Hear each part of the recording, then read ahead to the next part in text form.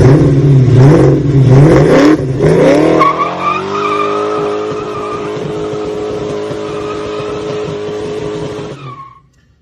everybody, it's Peter. Putting a little bit of work in the shop tonight. So one of the things that I'm needing to work on for 2024 on this car's prep is the inclusion of tow hooks.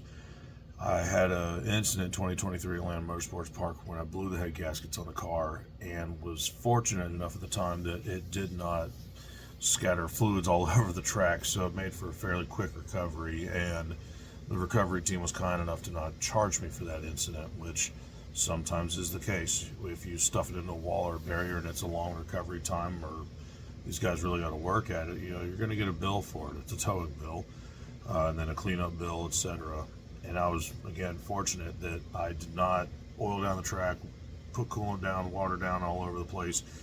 But at the end of the day, they still said, hey, we couldn't find tow hooks on this car. We had to wrap it around the sway bar, whatever it was that they used. And it was a good learn lesson for 2024 that I need to address that. So what I've done is I've acquired a pair of universal all-star performance tow hooks. They're a good stamped steel formed piece, purchased off of Summit, just like just about everything else for this car. And while they don't have a direct mount point for the Foxbody, and from what research I've found on Foxbodies, there's really not a lot of guys who are doing road race type of tow hook mounts for these cars. You got guys that do drag racing mounts where they mount something off of a cage provision or something like that. But for road racing, when it comes down to tow hooks, I've seen guys use straps, cables, but hardened tow hooks are really seem to be more of a thing for dedicated type track cars. So, as most people know with Foxbodies, they're not exactly known for their structural integrity, and so you don't want to go mounting something like that to a thin sheet metal piece that may become deformed as the car is being recovered. If the car's been damaged to where it's not rolling or tracking straight, or worst case, if it pulls right out of that sheet metal, you want to make sure that you've got good material to sandwich that mount to it. So that's what we're going to be working on, is trying to find an ideal place to mount both tow hooks, front and rear, on this car, and do it in a manner that for driving on the street they can be removed, so they're not very obvious on a street car sticking out like a sore thumb, but may still serve the purpose for what the intent is behind having an exposed tow hook for tracking purposes. And we're going to use the NASA competition rule book as kind of our guide for determining what is a legal type setup. So hopefully we can find something that'll work for our setup and also be a good starting point for guys who are also looking for a solution for tow hooks on their Foxbodies. The front mounting point is going to be a little bit more complicated, I think, but I'm also a little bit more willing to utilize something that has a full-time mount provision, where the tow hook's going to be targeting right around there for emerging out of the front bumper. I'm going to try to do this without cutting, but at the same time, I'm really not trying to have too obvious of a tow hook, so I've come up with several ideas here. And the main objective is I want to do something that's in line with this frame rail. When you're talking about the stress of where a tow hook is to be getting pulled from, I don't want to weld it up onto this radiator support or mount it to that, because that's really thin sheet metal. But you have a lot more material here, and this is where you're going to be seeing a lot more impact buildup for these cars. So somewhere in line on this frame rail and this bumper attachment is the goal. And so just looking at it, I've got some space right here. I could weld up some of that angle iron, drop it down for a mount point, and have it pass through, but I would have to almost cut a little sliver right here. So what might work is to come through this other side up here, weld up our, excuse me, get it to focus, there we go, weld up our mount point here and have it drop through and exit out right approximately here. Would require minimal cutting out of the bumper, But I think it might put it in line of where we want it to be at too. All right, so I'm probably gonna be pulling the front bumper off this car just to weld up that mount, and I'm not gonna go through the walkthrough of that part. If you need to have that information for the Foxbody, LMR's got it on their website, or rather their YouTube channel. You can look that up for the how-to on that. So we're gonna get this thing pulled apart and start working on welding up and seeing where we can make a pass-through happen. Okay, so as you see, we've got our front bumper cover and headlights, all that's pulled off using, again, LMR's walkthrough process, which is pretty straightforward. So honing in on this area, which is where I think is going to be our best case place to mount and rather weld up this U-channel bracket to go right in here and drop us down into this area where we're going to wind up mounting that tow hook. It should protrude just slightly through our front bumper cover here. All right, so obviously because we haven't cut this piece to length yet, it's obstructing this bumper from going in. So now we have a rough estimate of where we at least need to make one cut. But I'm going to venture to say our real final cut's going to be somewhere up here. And measure twice, cut once, age-old saying, and it's absolutely true. You want to make sure that when, you leave yourself the proper amount of material for what you're working with. But at the same time, you don't want excess material. And if you're doing racing, that's added weight in the car, and that matters too. So we have a rough idea now of where this is going to hang. And so now the next thing I would like to do is get a rough idea where our tow hook can go to protrude out from this hole in the bumper area. So just for now, we're at least going to set us a baseline mark right around here. Nothing hard, but it gives us an idea that we're at least needing to be shorter than that. So to start point, bumper comes right back off again.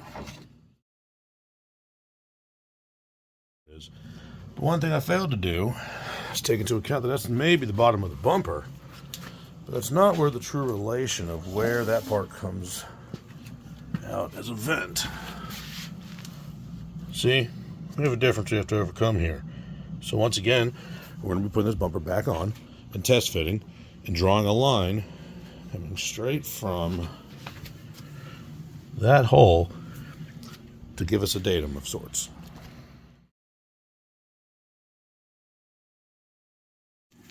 So to kind of give an idea of what I was talking about, you can see right there where our metal stock is, right? But this is where our tow hooks wanted to come out. So we know we already have a bunch of excess material. So we're going to make a mark that's kind of in line with this part of the bumper. So using that inlet from the bumper, we're going to see right about there is our line. We know that that's the bottommost part of where that bumper comes in at. So that's a reference. We want the tow hook bottom to be right there.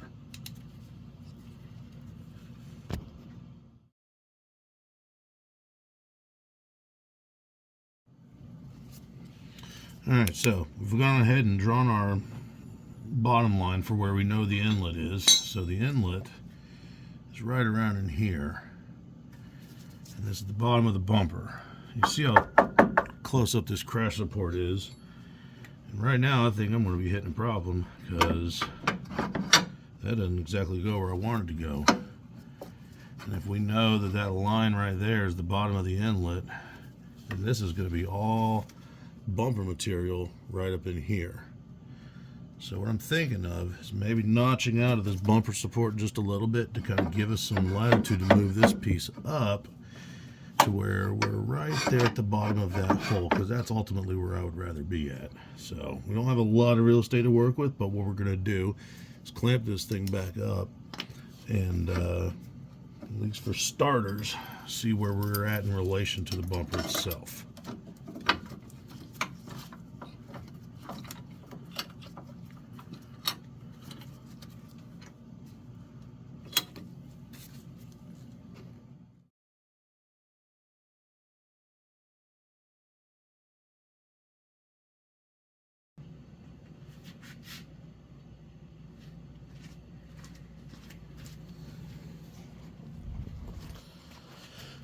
So, obviously, We're hitting, we're obstructing, we're going to have to start cutting. Or do we? That's the fun of trying to figure this out. Determining how we're going to get that thing through into an acceptable position. So at first take, I actually kind of like where this thing's sitting at in general. So this is staring straight at it. Really just need to be able to cut in a little bit of relief right here into this piece for that toe hook to pass through on the bumper. Mount-wise, I don't think we're going to have much obstruction. We're not going to need to trim out any of the material right there either, so I think this might work out. We're just going to do a little bit of a relief cut here on this bumper cover. Obviously trim back that metal piece that it's mounting to, but I think location-wise this is going to be acceptable.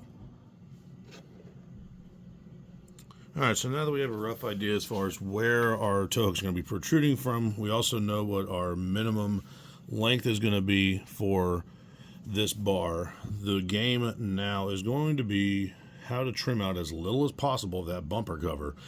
So one obstruction we know we have is where that metal comes into place down here at the bottom. So let's go ahead and make a cut there and get that material removed, so that's one less thing obstructing us. Because ultimately what we want to figure out is, we know the length of this part here, but we want to see where does that bumper really come into relationship, with where that toe hook's going to be, because I don't want to trim out any more material than is absolutely necessary off this bumper cover because, well, aesthetics do matter. So let's go ahead and get this piece loose.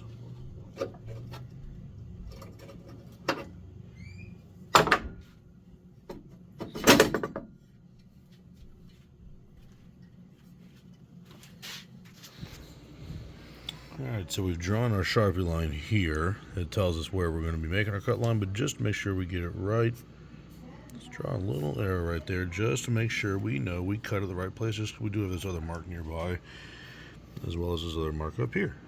So that way we have an initial measurement for this bracket, and we'll probably make another couple adjustments after that, but the objective again here is to only remove as much material as needed. And that'll get us to where that bumper can at least match in from the bottom, and we're going to continue to work on where it clearances for the eyelet of the toe hook. So now that we've made our marking on our part for where our cut line needs to be, the next step is to obviously cut that part. So fully realizing that not everybody has access to an air compressor, may not even have a Dremel, but there are cheaper alternatives that do work, make less noise, and the only trade-off to that is that, yeah, they do take a little bit longer in effort, but again, it works. So for cutting steel, you're going to want somewhere between 18 to, I believe, 36 teeth per inch for your blade, and they are all marked accordingly. This one's kind of well worn, as you can see, just from over time, but it's still sharp, so we're going to use it.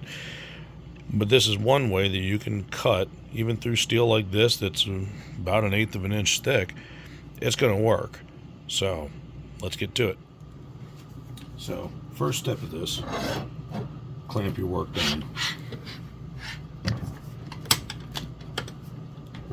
That way your hands are free. You can actually sit there and work both parts of the saw the way you ought to. So now remember, when you're cutting with a saw, it cuts on the backstroke like such. See, we didn't clamp that down just enough.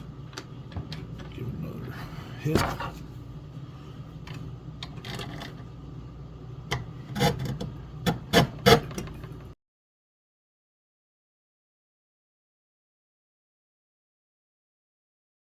As an example, you can already see how much material that's cut through. And that's just from what, 8, 9 passes? Didn't actually count. I wasn't trying to. The point of sharing that is that it doesn't take that much effort to get through that material. You can rotate it as time needs.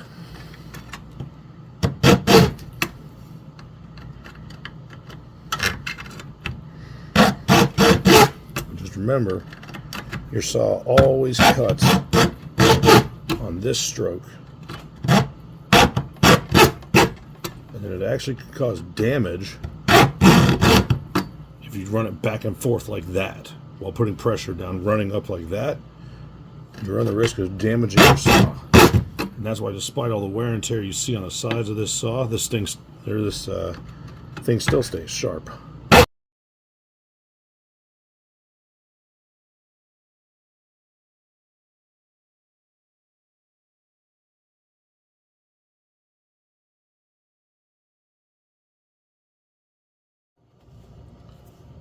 And so yes, I have moved this to my bench vise, just because we started getting into a little bit of a trickiness with the angles, and it's easier to support it this way. But as you can see, we're on the verge of getting that piece loose.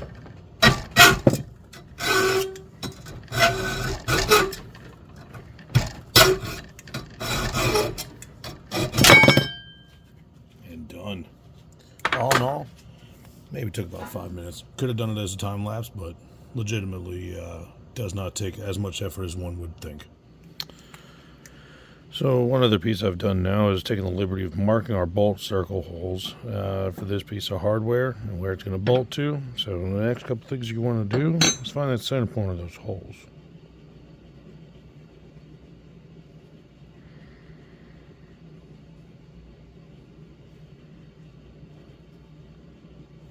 So those 2 points are where we're going to start our pilot drill bits for when we establish our mount points for this bracket.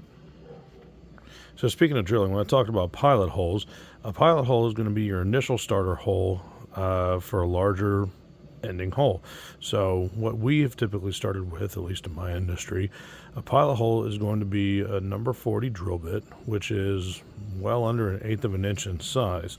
So again, thanks to the industry I've been a part of for years, I've got a pretty good assortment of drill bits, including some really nice higher-end cobalt drill bits that are meant for drilling, through steel and other hardened materials, which is what we've got here. So we're going to put our pilot holes in place, and then we're going to upsize these holes to the final cut size for that 5/16 bolt.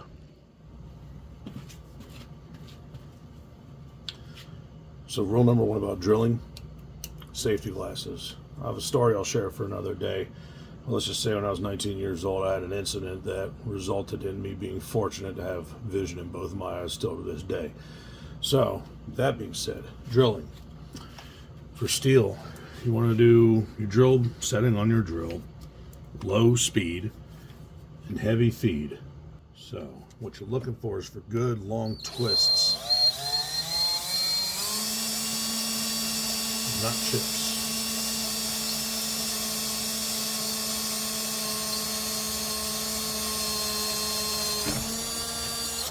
And that's as simple as it is. For the pilot drill, the next step up, you go to an 1/8 inch or number 30 drill, then to a number 21, and then on up until you hit that 5/16 range for a final hole size cut for your bolt.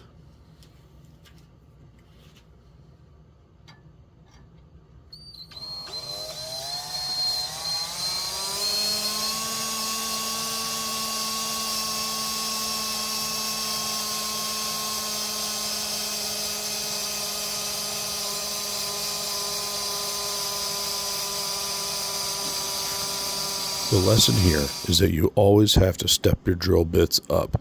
Don't go directly from a pilot to a 1/4 inch just because that's your final hole size. Go through one hole size at a time. You're going to have a much longer living drill bits because of it.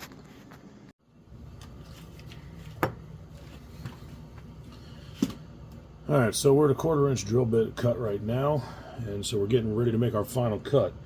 So one thing you'll want to do is get a little bit of drill lubricant, final size drill bit, and again, I'm blessed to have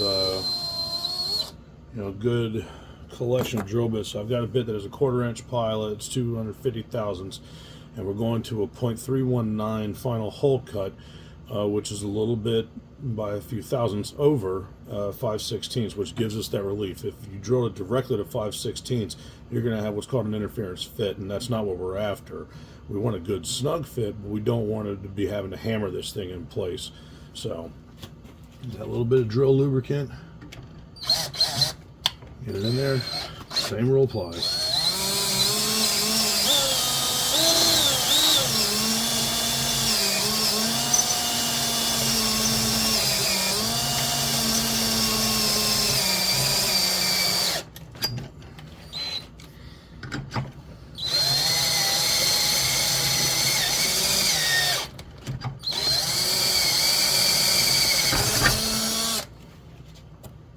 repeat for the final hole.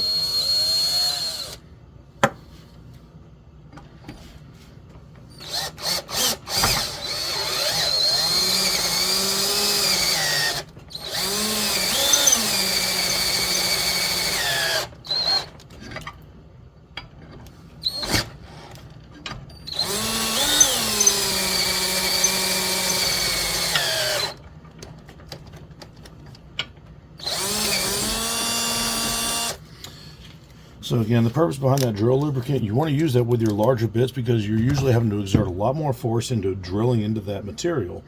And it's again, it just becomes a gigantic heat sink at that point.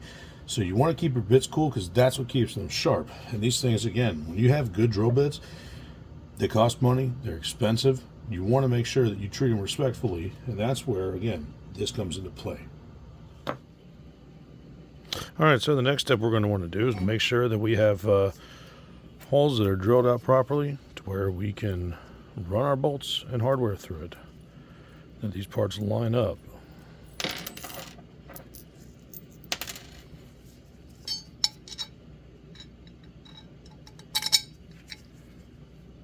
say that's pretty good relief on that one.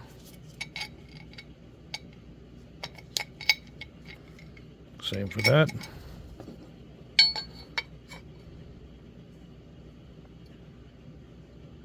I think we're in an outstanding place.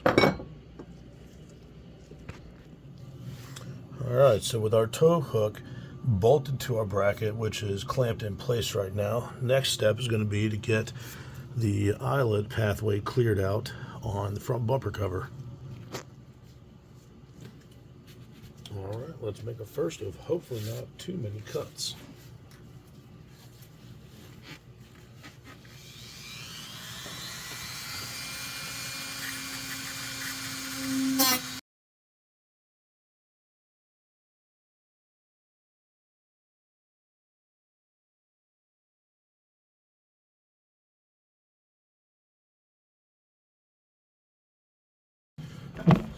I'd say that's going to work.